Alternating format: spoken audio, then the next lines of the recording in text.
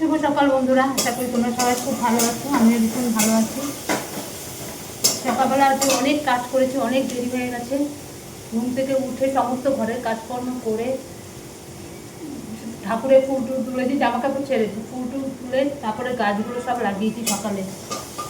যে কী কষ্ট হয়েছে আজকে গাছগুলো লাগাতে, আমার হাতের কিছু নেই। লাগিয়ে তারপরে স্নান টান আবার করলাম, করে ঠাকুরকে পুজো টুজো দিয়ে দিয়েছি আজকে। পুজো দিয়ে তারপরে বরের জন্য আবার ভাত টাত করলাম অফিসে, সব খেয়ে দিয়ে গেল। খাওয়ার পরে এই যে কাটাকুটি নিয়ে বসতাম, এত কিছু কাটাকুটি করেছি। এই দেখো না, আলু টালু কেটেছি, চিংড়ি মাছ দিয়ে আর নারকেল দিয়ে মালাইকারি করব, তারপরে শাক ভাজা করব, আর মাছের ঝোল করব, বুঝতে পেরেছো? এগুলো করতে হবে। এখন ভাত বসাইনি, আজকে কত দেরি হয়ে গেছে। ওই আমার ছেলের বন্ধুর মা আজকে ফোন করছিল যে নিতে দিয়ে ইয়ে হয়ে গেছে, ফাঁস হয়ে গেছে, সেটাই বলছে। বলছে সত্যি হয়েছে? বলছি হ্যাঁ। সেই নিয়ে কথা বলছিলাম। ওই বলতে বলতে আমার অনেক দেরি হয়ে গেছে। এই এখন রান্না বসিয়েছি, আগে শাকটা করে নিই।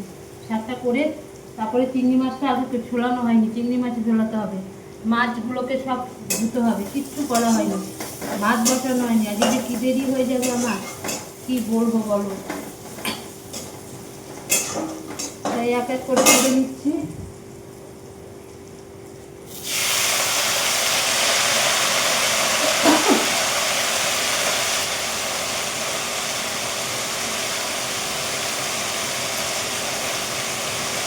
এদিকে ভাতটা বসিয়ে দিই।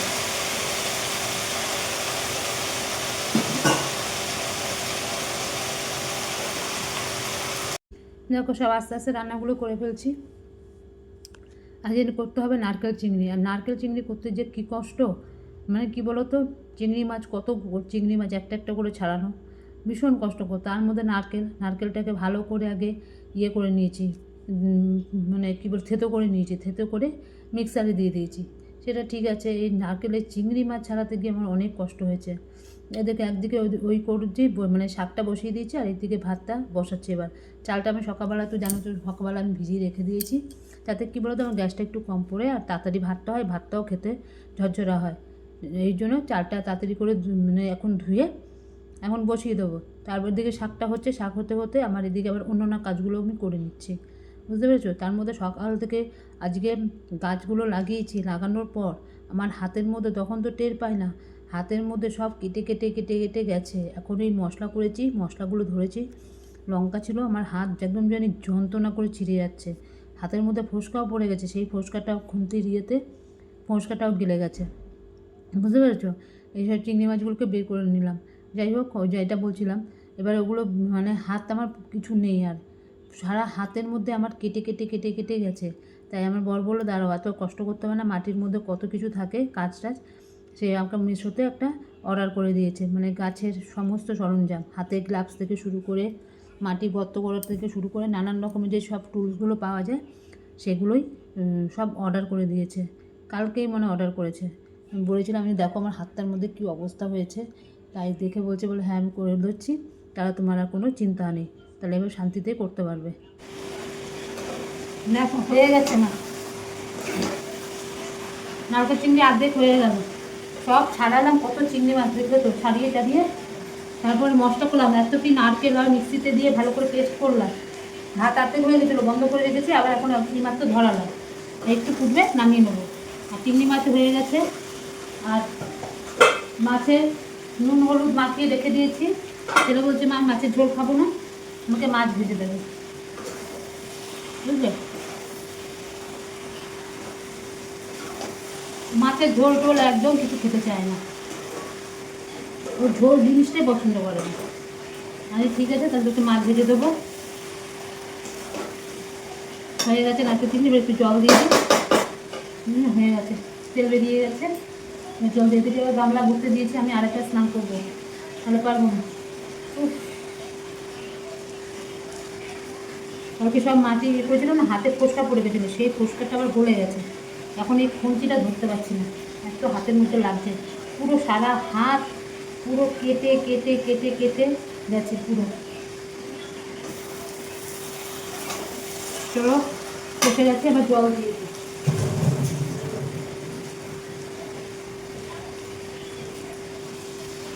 আলুটা একটু সেদ্ধ হবে তো, একটু জল না দিলে হবে না।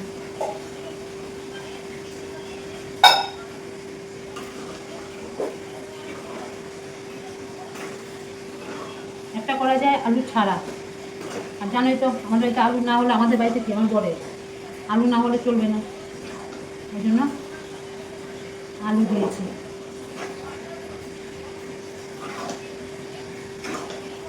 খাবো খাবো করে আর হচ্ছে না, ছেলেটাও নেই বাড়িতে, ভালো লাগে না ছেলেটাকে ছেড়ে, ওই জন্য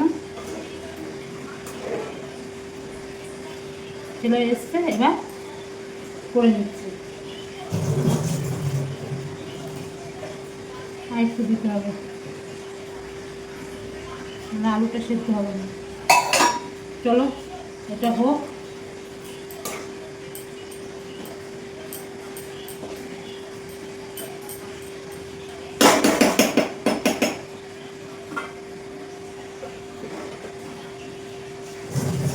গ্যাসটাকে মুছবো, ভাতটা হয়ে গেছে, ভাত একটুখানি হবে, গ্যাসটা মুছবো।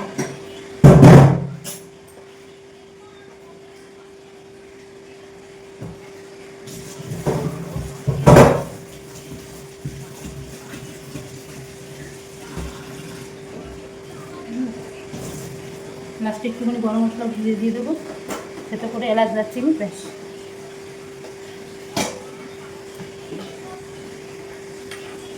রান্না ভরে গেছে, রান্নাটা বন্ধ করে আসি।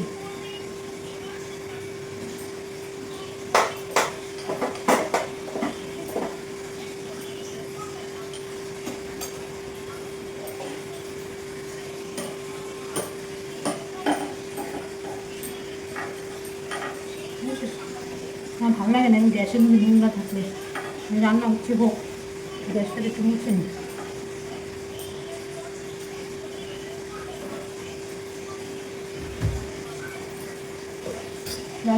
রান্নাটা সরিয়ে আসি। রান্না করতে করতে কত বাসন ধুলাম, বাসনের বাসন।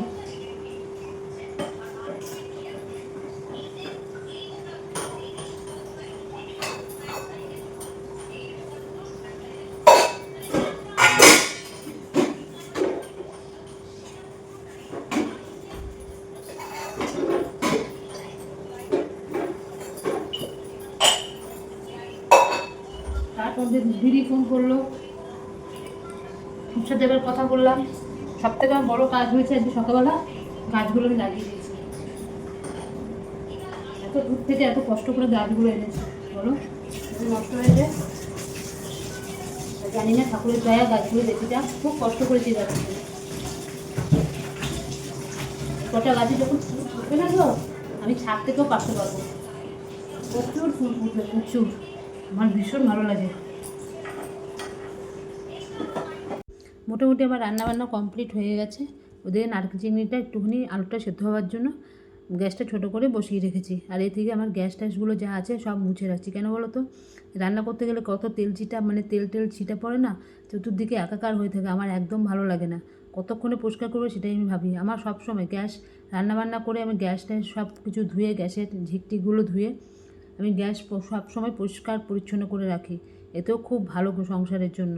তাই জন্য আমি সব করে রেখে দিচ্ছি, সব মুছে টুছে। একদিন আমাকে এই টাইলসগুলো পরিষ্কার করতে হবে, সময় একদম পাচ্ছি না, কারণ আমার তো ঘরে কুচি না চিমনি নেই, তো সেই জন্য কী বলতে রান্না করলে না সব তেল চিটাগুলো সব এর মধ্যেই থাকে। শুভ সন্ধ্যা বন্ধুরা, ছেলে পড়ছে।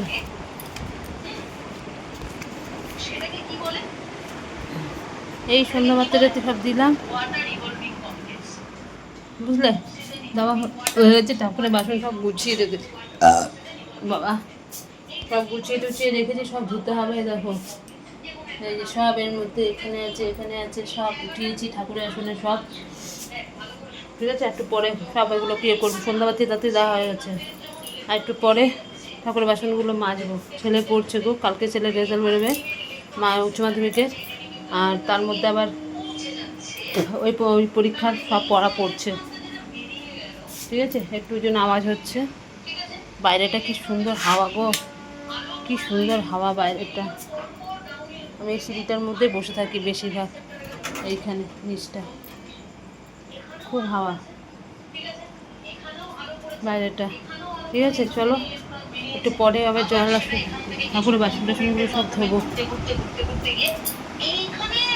এই যে করছে,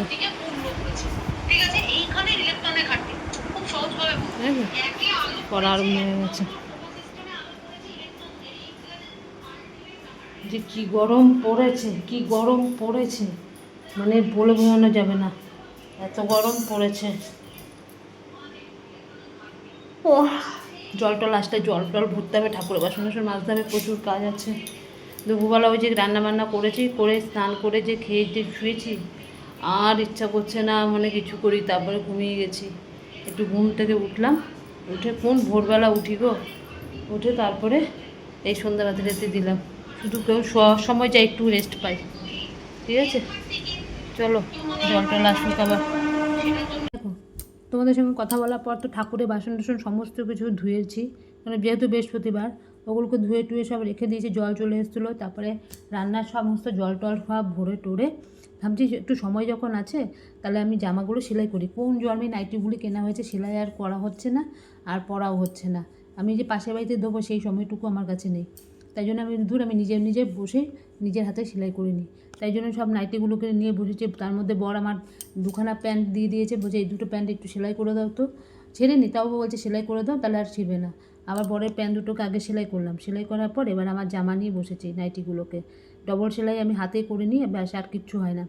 সে কোন জন্মে এনেছি, কোন জন্মে আমি, তাহলে একটু সময় যখন আছে, ছেলে এক পাশে পড়ছে কিন্তু, ওই জন্য আমি এখানটা আর মিউট করে দিয়েছি। আর এখানে আমি ইয়ে করে নিই, সাউন্ডটা দিইনি। ছেলে পড়ছে আর আমি ছেলের পাশেই বসে বসে এগুলোকে করছি, জামাগুলোকে সেলাই করে নিচ্ছি। তার মধ্যে আমার বড় চলে এসছে অফিস থেকে, এসে এবার চাটা খাচ্ছি। এবার আমরা তিনজনে মিলে কথা বলছি যে কালকে কখন রেজাল্ট বেরোবে, কী বেরোবে, এই একটা চিন্তা। কিন্তু আমাদের যতই চিন্তা হোক, আমার ছেলে কিন্তু এবার দেখলাম, এই প্রথম দেখলাম যে রেজাল্ট বেরোবে, ওর কোনো চিন্তাই নেই। মাধ্যমিকের সময় তো টেনশানে ওর ঘুমই আসছিলো না, আর কালকে উচ্চ মাধ্যমিকের রেজাল্ট, বলছি কি দূর, আমার কোনো সব টেনশান নেই, যা হবে হবে। কী জানি ও কেন এরকম হয়ে বললো কথাটা, যে যা হবে হবে, আমার ওসব নিয়ে চিন্তা নেই। ওর এখন চিন্তা একটা হচ্ছে নিট, ও নিটটা যদি ঠিক মতন দিতে পারে ব্যাস, আর কোনো কিছু দেবে না। কেননা ওর একটাই চিন্তা যে একবার তো পরীক্ষা দিয়ে দিয়েছে, নিট পরীক্ষাটা তোমরা সবাই জানো, খারাপ হয়নি পরীক্ষাটা, ভালোই হয়েছে। তারপরেও আবার যদি বলছে আবার দ্বিতীয়বার পরীক্ষা হবে। বলে না, কথায় আছে না, একজন করবে পাপ আর প্রায়শ্চিত্ত ভোগ করে সাধারণ মানুষ, মানে সবাই। এই হচ্ছে ব্যাপার। প্রশ্নপত্র কোথায় লিক হয়েছে, আর এই বাকি স্টুডেন্টদের কপালে আবার দুর্ভোগ। আবার নতুন করে যাও, আবার নতুন করে পরীক্ষা দাও। ছেলে বলছে মা কোনো ব্যাপার না, আমি তো একবার দিয়েছি, আমার ভালোই লেগেছে, আমি আরবার দেবো। আমি আর একটু ভালো করে পড়াশোনা করে নিই, তাহলে এর থেকে আমার আরও বেটার হবে পরীক্ষাটা। আমি যে ঠিক আছে, যেটা ভালো বুঝিস সেটাই কর, আর কিছু বলার নেই। বাবা কি মশা গো! ভবানীপুর ছাড়বে না, আর ওটা তো মুখ্যমন্ত্রী এলাকা, আর ওখানে তো ওকে একদম পুরো এরকম জব্দ করবে। বাবা দুটো ভাত দেবো বাবা, ছেলে ভাত খেয়ে নিচ্ছে, বলে মা দুটো ভাত দিয়ে দাও। ভাত খেয়ে নিচ্ছে, বলছে না আমি চাউমিন খাবো না, চাউমিন করতে গেছিলাম, বলছে না খাবো না। এবার আমরাও খেয়ে নিই, 10টা বেজে গেছে গো। তখন আমি জামা কাপড় কিছু সেলাই করলাম, করে ছেলেকে দিলাম খেতে, এবার আমরা খাবো। কি মশা, কি মশা, মশা আর মশা। এবার ভাত টাতগুলো বাড়ি বেড়ে, কী রে বাবা এত জল কেন?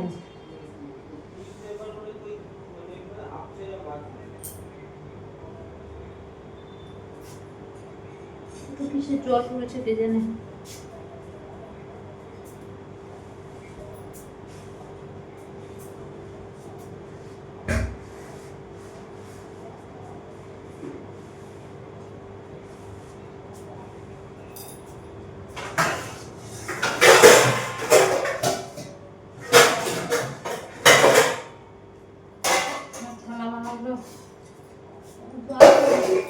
খেয়ে নি বাবা, ভালো লাগছে না।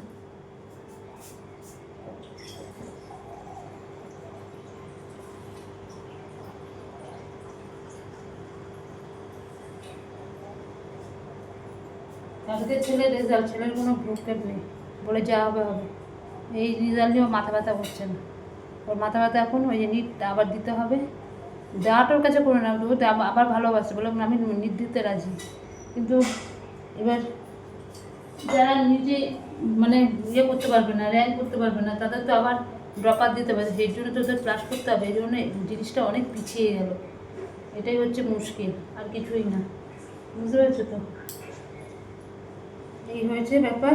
কালকে 3টের সময় স্কুল থেকে রেজাল্ট দেবে, আর সকালবেলা ওই 9-10টার সময় আমার দিদির মেয়ে সব নিয়ে নিয়েছে, অ্যাডমিট কার্ড, রেজিস্ট্রেশনের সব নাম্বার অনলাইনে দেখে নেবে কী হয়েছে রেজাল্টের ব্যাপার।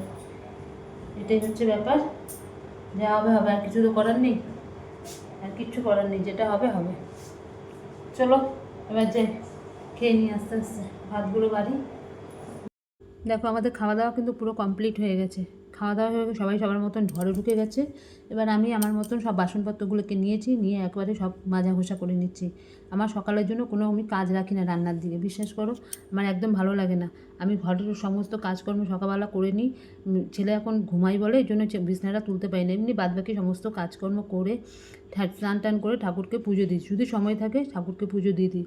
আর যদি দেখি না বরের ভাত টাত মানে করতে হবে খুব ইমার্জেন্সি, তখন আমাকে আর দিতে পারি না।